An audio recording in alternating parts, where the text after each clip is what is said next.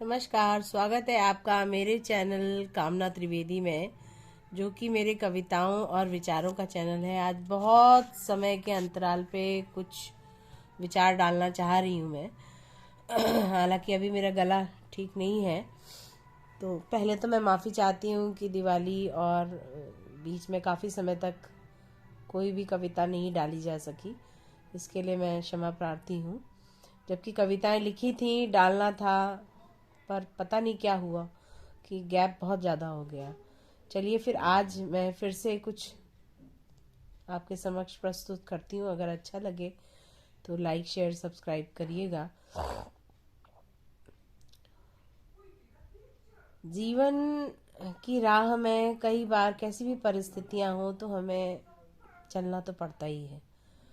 कैसी भी कठिनाई हो, मार्ग में कितने भी अवरोध हों, कितने ही कांटे हों, कितने ही पत्थर हों, कितने ही फूल हों, अच्छा बुरा समय तो आता ही है। इसी पर एक अभी स्पॉन्टेनियस कविता मैं आपके सामने कुछ रखूंगी।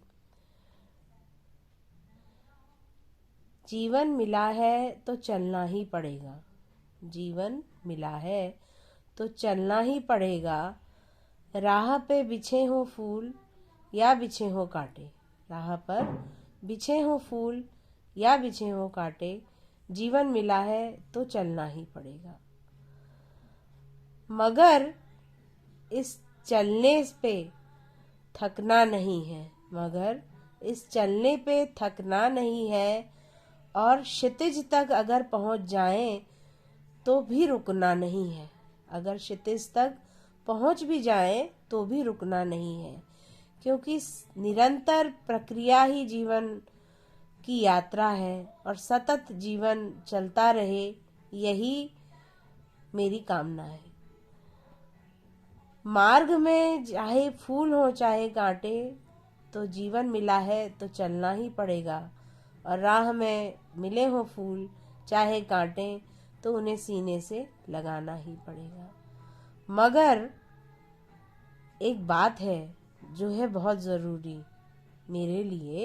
एक बात है जो है बहुत ज़रूरी, कि उसूलों से कभी न समझौता करूं मैं। कि इस यात्रा में उसूलों से कभी न समझौता करूं मैं। और ईमानदारी के पथ से कभी न डिगूं मैं। और ईमानदारी के पथ से कभी न डिगूं मैं। जीवन मिला है तो चलना ही पड़ेगा, चाहे मिले फूल या कांटे। उन्हें देखते हुए अपने सीने से लगाकर आगे ही आगे बढ़ना ही पड़ेगा। तो इसी विचार के साथ वाणी को देती हूँ विराम। कैसा लगा ये विचार?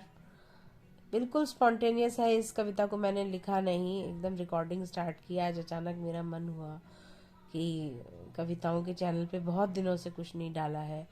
आजकल बहुत दिनों से मैं अपने वो खाने वाले चैनल पे, मेरी दुनिया कामना त्रिवेदी पे बहुत एक्टिव थी, तो उसी में ही मैं उलझी हुई थी। और थोड़ा बहुत अभी रिपेयर वर्क भी है, घर में कुछ काम चल रहे हैं, तबीयत का भी इशू है, तो गैप पता नहीं कैसे इस बार बन ही गया।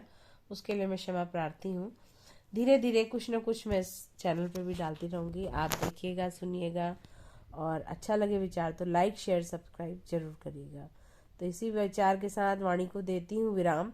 फिर मिलूंगी किसी और विचार के साथ। तब तक के लिए राम राम, नमस्कार, धन्यवाद।